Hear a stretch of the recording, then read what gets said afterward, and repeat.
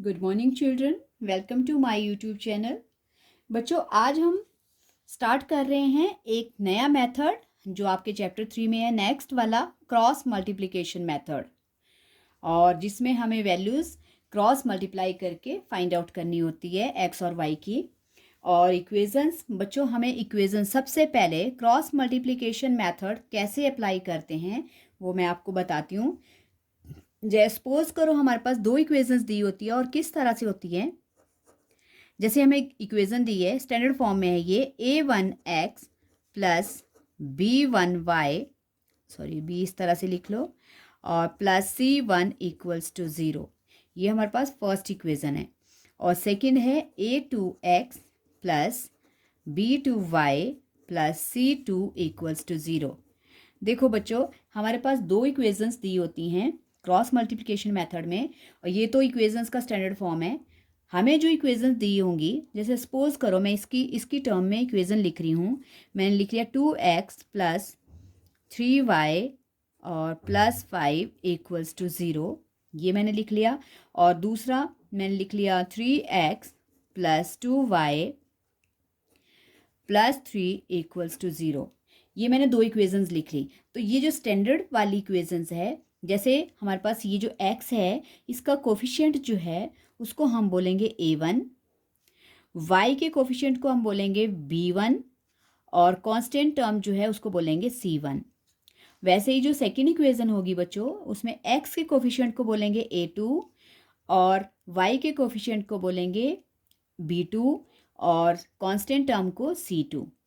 तो इस तरह से हमारे पास ये वैल्यूज़ यूज़ होती हैं, और इनको यूज़ करने के लिए हमें एक डायग्राम होता है हमारे पास, जो हमें क्रॉस मल्टीप्लाई करके हमें वैल्यू निकालने में हेल्प करता है। ओके, तो डायग्राम हमारे पास किस तरह से होता है बच्चों? डायग्राम हमारे पास कुछ इस तरह से बना होता है।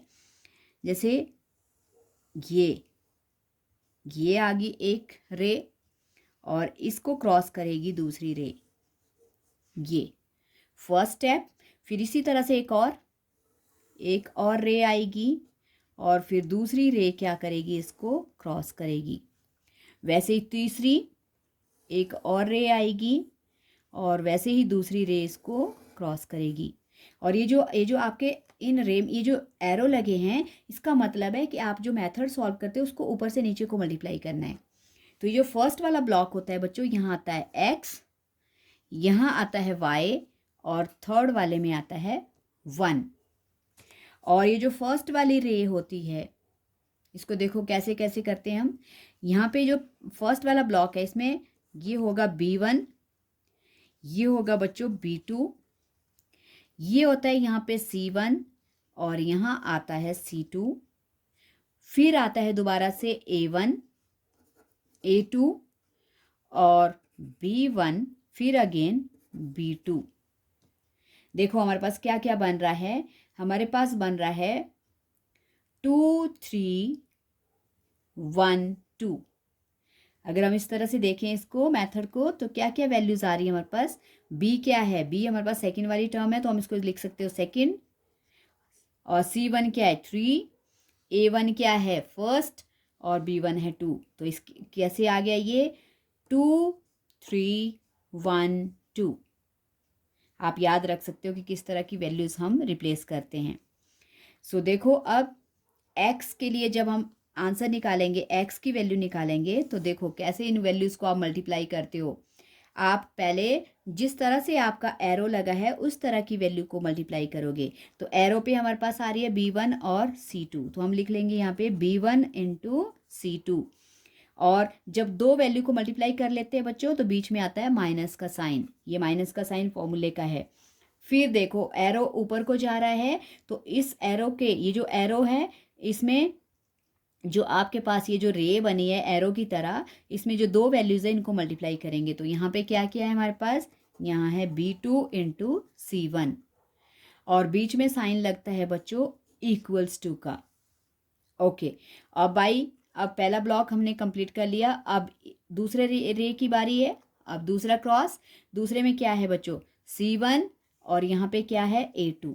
ओके, और ये y के लिए है, y के लिए y वाले ब्लॉक की बारी है। अब तो क्या आ गया C1 एंड A2, फिर माइनस का साइन बीच में। ओके, और अगेन फिर देखो एरो ऊपर की तरफ को है और ऊपर की तरफ को एरो है, तो यहाँ पे क्या है देखो, इनके कॉर्नर पे, यहाँ पे ये दोनों के लिए होता है बच्चों, ये रे इधर को है।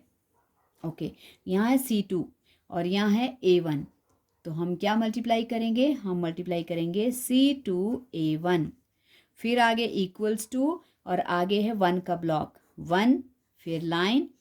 अब फिर दोबारा से एरो आपका A1 और B2 पे है, तो हम मल्टीप्लाई कर लेंगे क्या क्या, A1 इंटू B2, फिर माइनस का साइन और फिर ये ऊपर की तरफ को A2 इंटू B1।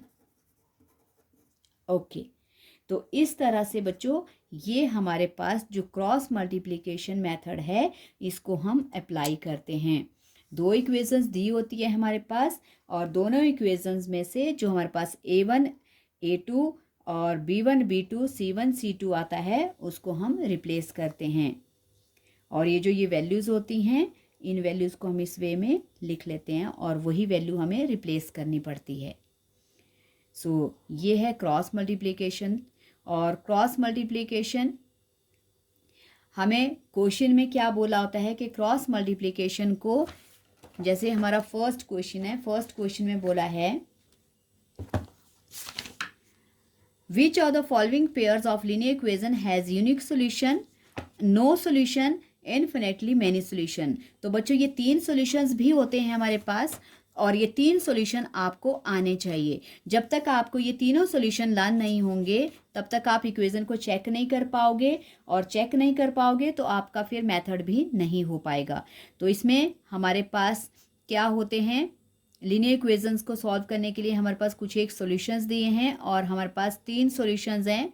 कौन कौन से सॉल्यूशंस हैं, सबसे पहले जो हमारे पास जो 3 सॉल्यूशंस हैं जो आपको चेक करने होते हैं वो होते हैं बच्चों, फर्स्ट इज व्हेन, देखो व्हेन आपका जो A1/A2 है, A1/A2 इक्वल नहीं होता है B1/B2 के, तो कौन सा सॉल्यूशन होता है बच्चों, इसमें होता है यूनिक सॉल्यूशन।